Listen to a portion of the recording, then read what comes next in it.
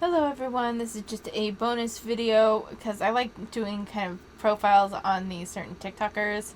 So today we're going to cover Hannatalksbodies, and I think we'll go through, we'll have a selection of her most recent 10 videos, I think. And that can be, I'm going to try to keep at least 5 in the video, but a lot of them sometimes don't make enough of a point or make a similar point to the previous video that it's not worth revisiting several times. So we're just going to start. I think it's time for another research breakdown. First, some context. For those who don't know, people in fat bodies are frequently denied surgeries we need. Oftentimes, doctors will say that it's just too dangerous or all these horrible complications, and they will say that we have to lose weight before they will do surgery on us. So we're taking a look at this 2014 study which compared the rates of surgical complications between two groups of obese patients, those who lost weight before and after having surgery and those whose weight remained stable the whole time. And I'll add my normal disclaimer that I hate the word obese and the BMI, but we have to talk about the study the way that it was written. So the researchers reviewed the cases of roughly 1,300 patients who underwent either a total hip replacement surgery or total knee replacement surgery, both of which, by the way, are common surgeries that are frequently denied based on weight. So some of those patients were pursuing weight loss before and after surgery, and some did not. And there were two complications they tracked. One was surgical site infections, and then the other was hospital readmissions within 90 days of surgery, which is essentially a catch-all for a huge array of possible complications that might require hospitalization. Now, let's talk about the results. They found that in some combination of the variables, there was no difference in complications between the two groups, which is a pretty compelling result on its own. But in the other ones, the patients who lost weight had more complications than the patients who did not lose weight. And in the discussion, the researchers say that these were unexpected results and that they definitely raise questions about the safety of weight loss prior to surgery. These types of discriminatory policies do not lead to better health outcomes. They only ever lead to delayed or denied care, or sometimes even direct harm. I think it's time for another. Okay, no, I want to wait for her to move her head out of the way for a moment. For those who don't know. Okay, so we are going to look this up. Alright, so first thing I want to note is that this is a retrospective analysis of patients who underwent the total joint replacement between January 2008 and December 31st, 2010. Two data sources were used. So this was not a controlled study. This was a retrospective analysis, kind of just looking back and using data rather than conducting a formal study that involves a control group that controls for potential other factors. So we don't know if, because these rates for readmission are small enough. Let's see, where. So the 3.77 greater likelihood of surgical site infection was greater in those that tried to lose weight before a hip replacement, but it says after adjustments. I would like to know what those adjustments for. Are they adjusting for age? Are they adjusting for, has cleanliness been taken into consideration? Was insurance taken into consideration? Could they afford a nurse or someone to help them afterwards? Were the people that were morbidly obese, did they have money, or perhaps if they were on disability, they had something through the state that could help them care for themselves directly after surgery, where those that were thinner maybe did not? I'd like to know what the adjustments were that were made for those. And the total knee replacement had a greater likelihood, had only a 1.63 greater likelihood of readmission compared to the reference group. Well, again, what were the adjustments made? Was age taken into consideration? Were they, was the readmission predicated by something else that led to an issue with the knee? Did they have accidents? What was going on with that? So this also, it's worth noting, is that the surgical site infection and the post-operative surgical site infection and 90-day readmission, meaning that if someone was readmitted regarding their hip and or knee joint replacement was after the 90 days, then it wasn't counted in the study. And here's the thing, perhaps those that were fatter healed better, but how much sooner did their hip and knee replacements wear out because of their weight? So there was not necessarily, from the looks of it, there wasn't things taken into consideration of like intentional weight losses versus unintentional weight loss. They extracted patient data from the health records, starting from 181 days to a year preoperatively, 91 to 180 days preoperatively, and then 0 to 90 days preoperatively. But it just kind of assumes that it was intentional weight loss for those purposes, when in reality a number of things could cause weight loss in that time if they were sick and had needed to recover. It says that it had taken from health records, but it looks like that was only to extract sample patients' weight measurements. These were recorded during the patient's contact with the healthcare system. So my question is then, if it was primarily used just to extract the weight measurements, did they have access to the patient's like actual medical history that could have notified them of unrelated illnesses during this 1 year time? Like there's some things here that I don't really want to go through this whole study because this is long enough, but I'm already seeing some potential issues. And so because this is just a retrospective analysis, there also is no like peer review process that has to go underway, because they are simply like, there is no study to be peer reviewed to see if there's like an actual if there's a replicable set of conditions that can be met. So unless this was an actual study, like because this is just a retrospective analysis, while there could be some legitimate validity to it, it's impossible to say that this is in fact like how things happen, because there was no study really attached to this. They are going backwards in time and just looking at data and drawing conclusions from there. And while that can provide some legitimacy to their argument until an actual study that has been done, has been peer reviewed, and has all the proper controls, this is not like a definitive piece of evidence. So yeah, something I'm not going to read anymore. You're more than welcome to take a look at it. This is the article. You can go on the Bone and Joint Journal and take a look at it there and do a more deep dive analysis. I'm really not in the mood for that today. I've seen enough just knowing that it is a retrospective analysis rather than a full-on study.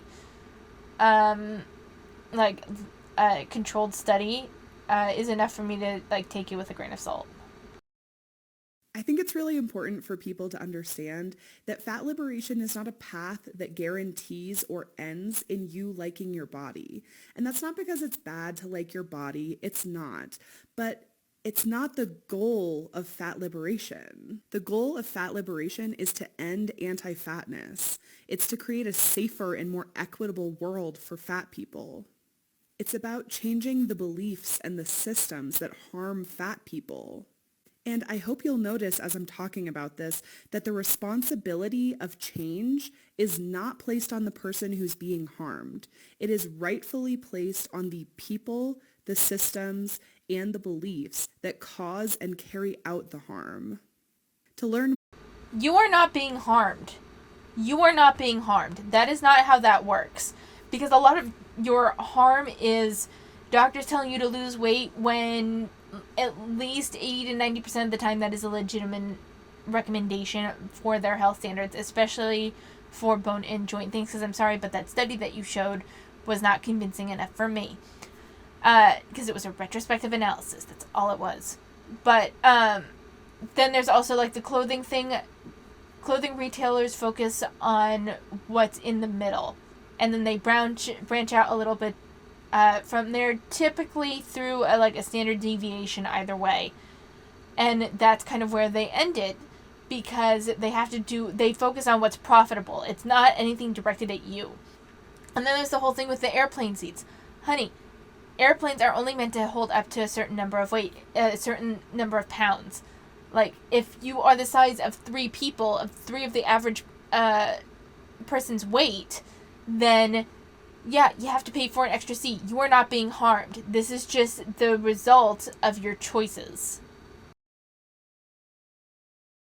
I think when I talk about how anti-fat bias hurts us, a lot of people assume that I'm speaking metaphorically, or they assume that I'm saying that anti-fat bias only hurts people emotionally, which is not true, because it hurts us in every way imaginable, mentally, emotionally, socially, and especially physically, and we can see that particularly clearly where healthcare is concerned. When we present with the same health issue as a thin person, they'll receive diagnosis. This is just a gentle reminder that even during the holidays, you don't need to tolerate cruel or abusive behavior. I'm always baffled by people who try to justify their fat-phobic behavior by saying, I'm just saying what no one else has the guts to say, which paints this totally false image that people who are cruel to fat folks are these noble warriors standing against the tides of adversity. Something I don't think we talk about enough is the fact that anti-fat bias is often performative. I frequently encounter individuals who have close relationships with people in their lives who they love and respect who are fat, and they know that fatness doesn't make someone less competent, less capable, or less worthy, but who still engage in fat-phobic behavior with certain people in certain settings. And this is because being cruel or dismissive to fat people is not only socially acceptable, but it's encouraged. So much so that harassing fat people can even be a way for people, and especially men, to bond and gain social capital. We see this all the time in gaming chats, Reddit threads, trolling campaigns, and also in person with bullying and harassment. In these types of settings, fat-phobic behavior is expected, or else the person won't be accepted as a valid member of the group. So even if the person has a parent, sibling, friend, or even a romantic partner who's fat, they may still choose to say or do fat-phobic things in order to be accepted in their social group. But the performative... So I'm curious your definition of fat phobia in this context. Because there are, I don't think that, using someone's weight as an insult against them is right, but I understand that there are people, for me, Marissa's one of them, where sometimes you just want to go with the low blow because they piss you off so much. And here's the thing, with a lot of the fat acceptance and fat liberation, activists, they're assholes. They are assholes. And so, yeah, sometimes you throw back. And here's the thing, there was, a TikTok, I think it was Marissa that stitched it, and where someone had called this girl, so thin she probably blows in the wind, and so she came back with attacking them, saying, you're the size of a fucking barn. And they had a problem with that because that was fat-phobic. No, if you are going to attack someone's weight, then you are going to have your weight attacked back. You threw the first punch. And I don't want to hear this whole fucking, we are systemically oppressed and thin people are not. Honey, you attacked weight first. You do not represent, this big, group. Alright, if you are attacking someone who's thin because they are thin, they are allowed to attack you, for being fat because you are fat. There is no double standard to be had, and I think they so desperately want that double standard. There are tons of myths and stereotypes about eating disorders, and those myths and stereotypes lead to people with eating disorders being frequently undiagnosed and untreated, especially when it comes to men, people of color, and people in larger bodies. So I want to share a cool realization I recently had. As I've shared before, I've spent the last several months creating mental health courses for the Dive-Through app, and one of those courses is titled Healing the Wounds of Fat Phobia and Learning to Take Up Space. So in all of these courses, there are these really brief clips of stock footage that are interspersed throughout, just so it doesn't get visually boring watching someone talk for several minutes without a break. And I noticed during the editing process that there were very few clips of people in fat bodies, which for a course about fat phobia seemed important. So I sent that note to the editor, and she was great about it. She was like, yes, we totally know this is something you want, and I promise we're working on it. And she informed me that the reason why this is a problem is just because there is such a scarcity of stock footage where fat people are portrayed as positive or even just neutral. She told me that overwhelmingly the footage is degrading and depicts fat people in a very negative light, which I was 0% surprised by.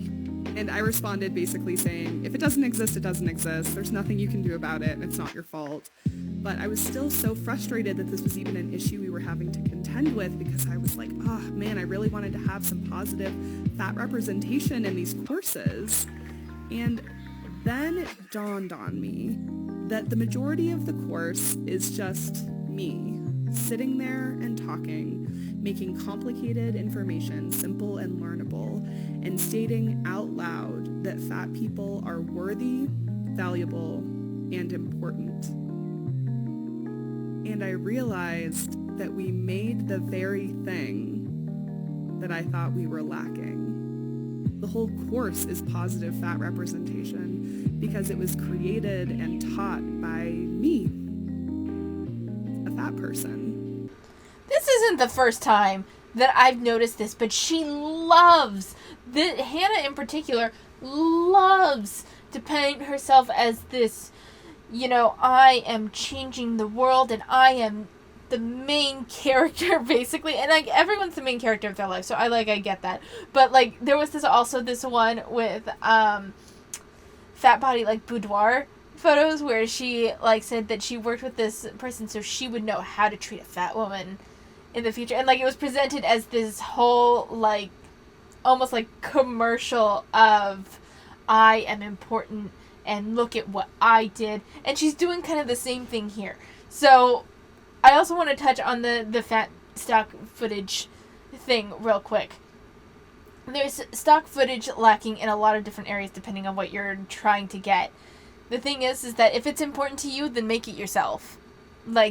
There's multiple issues. I remember there was also, a complaint with fat people being presented with their heads, not shown. Well, the reason for that is because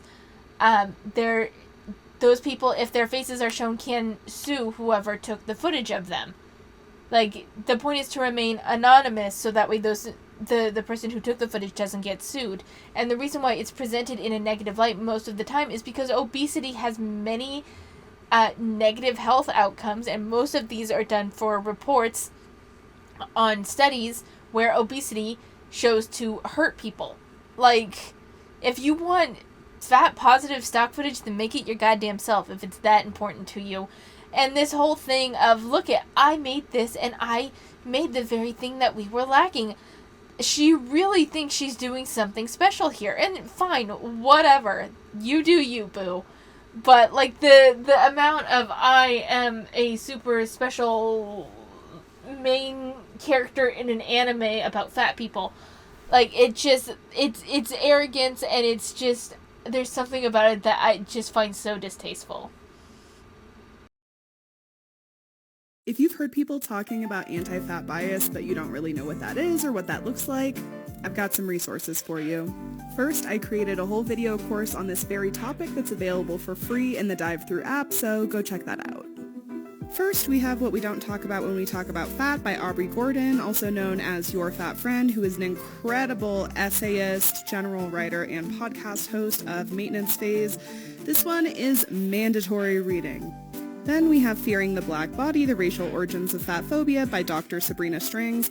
This one is incredible and groundbreaking and really gets into the racist roots and specifically the anti-blackness that has led to the widespread fat phobia in America and in Western cultures in general. We have Fat Politics by J. Eric Oliver, and then Fat Activism by Charlotte Cooper. And this is all about the history and pervasive misnomers and opportunities for action that surround fat politics in general. If you've heard people talk... So, I actually include this one mostly because, you had her show a variety of books. She talked all about them. This would be a summer project. This isn't something that I could handle right now for juggling, but I think what I'm going to do is I'm going to look up a variety of these fat acceptance, fat liberation books, and I'm thinking I might do like a read through of them and provide chapter summaries, and we can just kind of talk about it. It could be like the anti-fat reading group or something. Would anyone be interested in like videos around these books over the summer? Like, I don't think that I would be able to get through more than one over the summer, so we'd have to choose carefully. But like, what would you think? Would you want like a breakdown, like a general summary of what's in these books? I'm very curious. Let me know in the comments below. And we are going kind of over time. I can't really tell entirely how much of this was me talking and how much of it was like dead air for you guys that I will cut and will shorten the video considerably. But at my current recording time, I'm at a half an hour, so I want to leave it here. Let me know what you thought of this video. Do you like these videos that focus on like one particular TikToker? So, and let me know in the comments. Thank you for watching, and I'll see you next time.